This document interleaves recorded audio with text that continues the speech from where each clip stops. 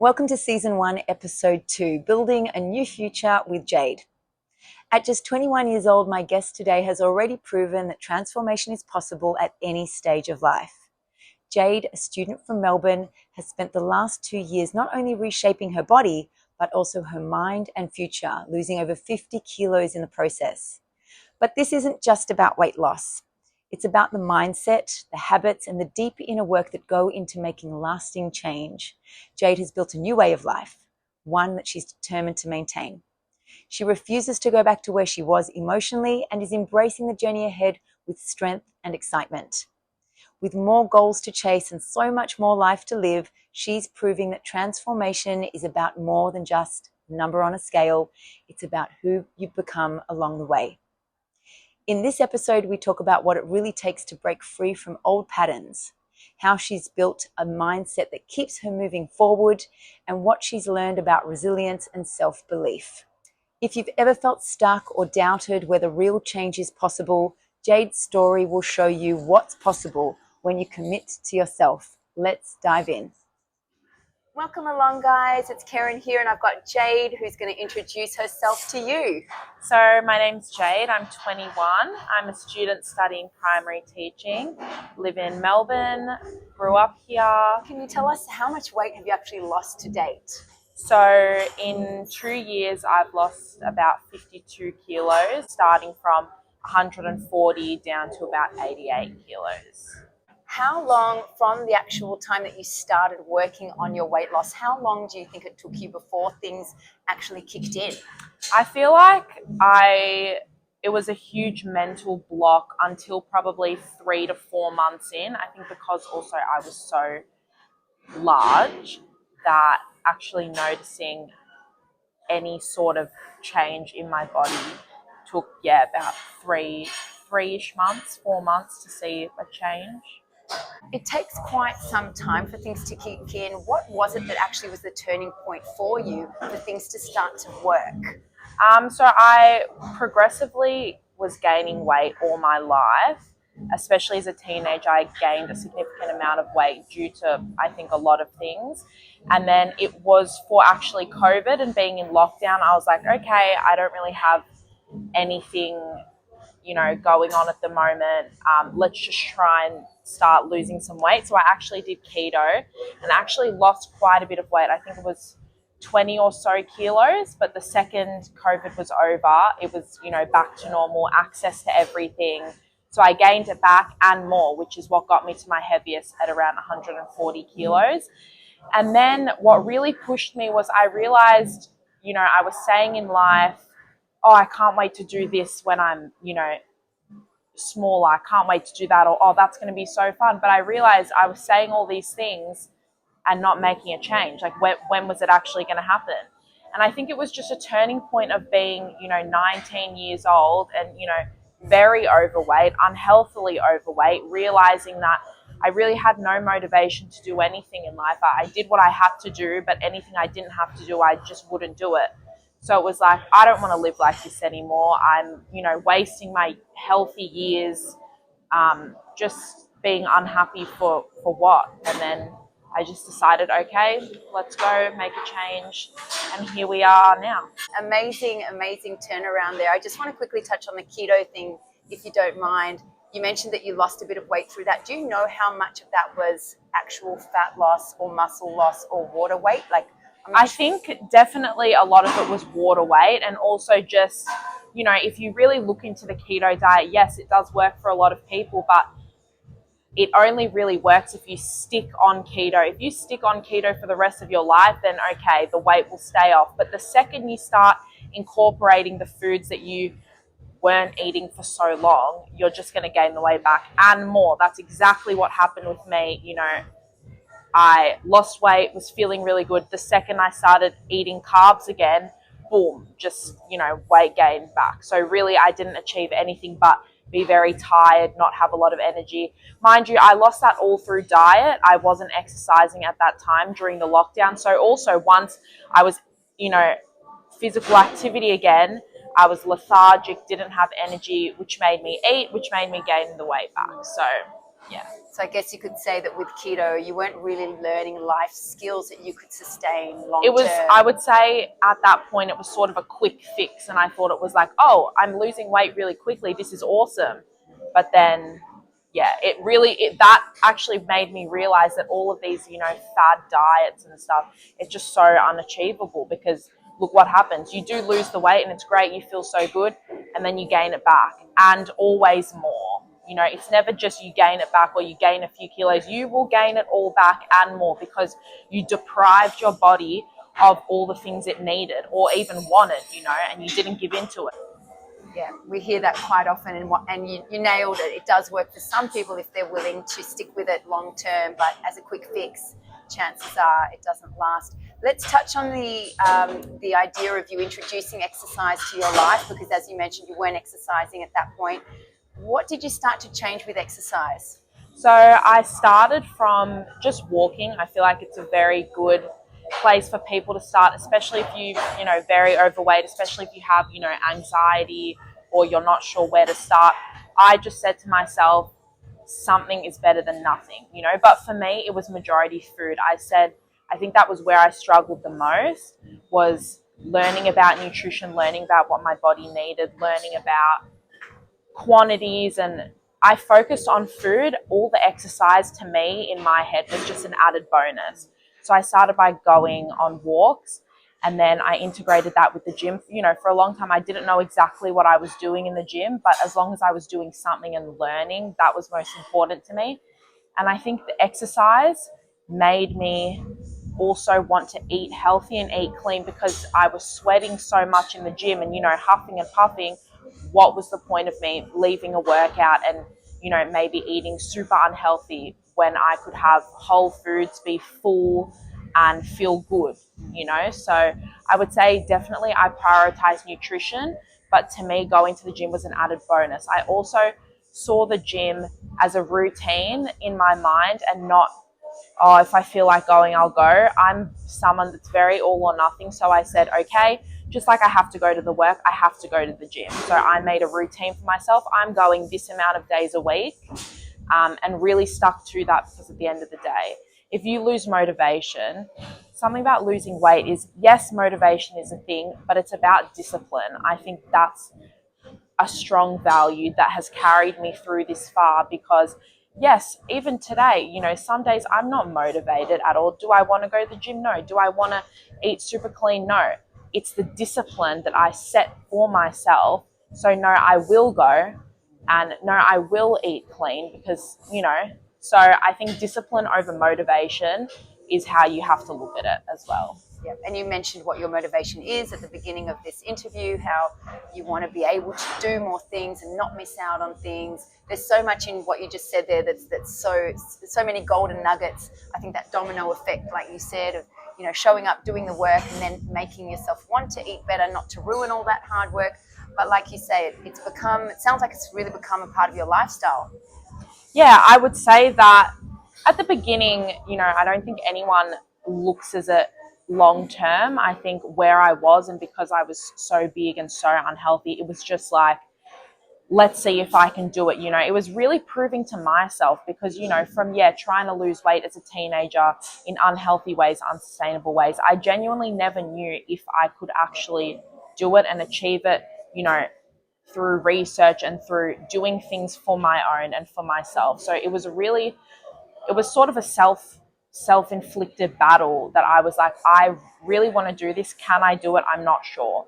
So I just started and I just kept going. And I think, looking back now, yes, 2 years is a long time, but I lived 19 years, of being overweight before that. Now I'm 21.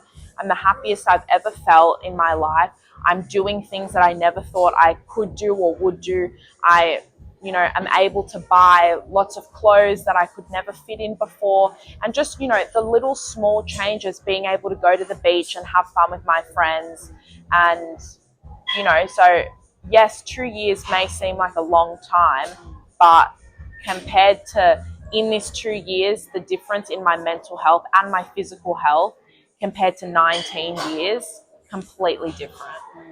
How has it impacted your relationships, your family? It's impacted all of my relationships and friendships even. I really reflect back on the person that I was at that larger weight, and I realized that I was angry like all the time. I was just very irritable, and I think it was all a reflection on me being unhappy. So, I would be very snappy with my friends and my family, and, I think everyone saw me as this really mean girl, which I can reflect on. I was like that, but looking at it now, I was just extremely unhappy inside, and I think because I was so unhappy inside, it was a projection of the inside to the outside. Yeah, wow. I actually get chills hearing that. It's such a turnaround in your confidence. And I see the way you move around the gym. One of the things you mentioned is that you sort of self-taught yourself with regards to nutrition. You did your own research. With regards to exercise, you did your own research. Obviously, being in a gym with a community, how has that helped you? Or what would you suggest to anyone who's starting out, who might have been in the same situation as you and is scared? Well, I have been in a few gyms throughout this journey, but I think it was so important to find a gym that it really was based on a community level. I think now it's very important that there are no excuses, besides medical conditions. I understand that, but there really isn't an excuse. All personal trainers, they post videos, how-tos, and really show you how to nail your form. If you don't have the access or the means to have a personal trainer, there is so much out there. TikTok, Instagram, Reels, YouTube videos. There is so much out there, and that's definitely what I did in terms of researching. There's so much about food and nutrition, and there's books and there's videos, so it was really about putting the time researching, but also having a community-based gym for me really helped because, being in here all the time, I started to get, Karen and other trainers and other people in the gym come up to me and say, you know what, good job. Like, I see you, putting in work. And that to me was like, oh, like I didn't even realize anyone noticed me in here. So it was really nice. And then, it's like the people in here also saw me lose weight and lifted me up during that and really pushed me and kept going. And on my, days that I seemed a bit off, they really motivated me as well. So a community gym, I think, is just amazing, especially if you're someone that likes to talk, likes to chat, but also likes to get your work done. And what if you're not? What if you are someone who's shy? Because you do have such a wonderfully bubbly personality and obviously building the connections in the gym. But for someone who's really shy, what would you suggest? Well, that's what I think is so good about the gym, is that there is always a space that you can find. If you're someone that likes to do your own thing, you can find an area, bring some weights over, do your own thing, use machines, have your headphones in. I think that, people respect, and it sort of is a mutual general understanding if someone, wants to have a chat or if they want to just train. So I think a lot of people are very understanding and they can pick up on that as well. There's something for everybody, and even if it isn't in the gym, like you mentioned, starting out with the walking or starting with something really simple at home, there's always YouTube videos, as you mentioned as well. What has been the biggest challenge in the journey so far?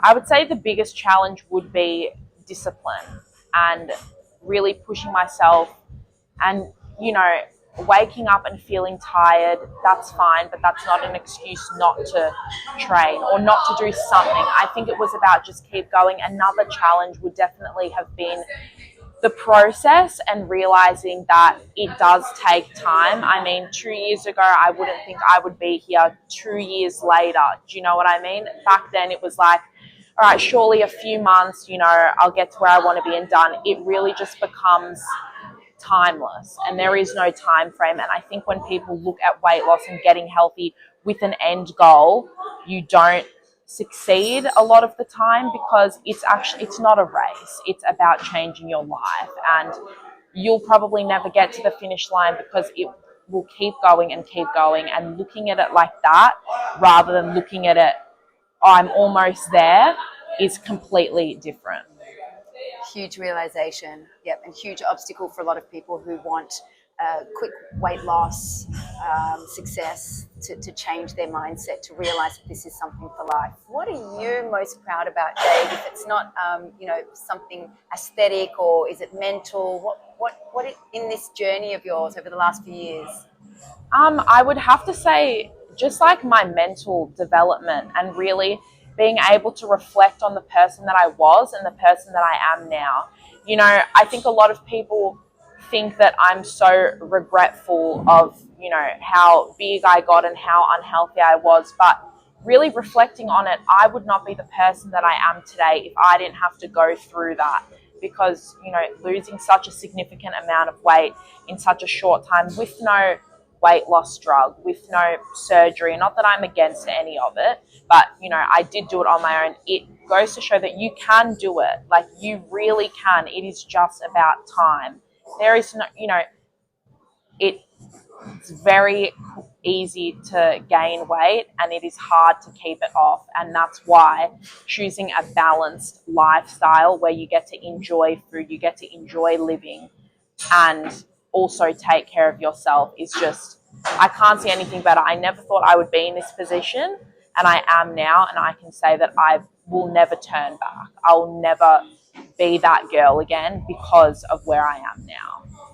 When I say self-respect, self-love, what does that do for you? What do you?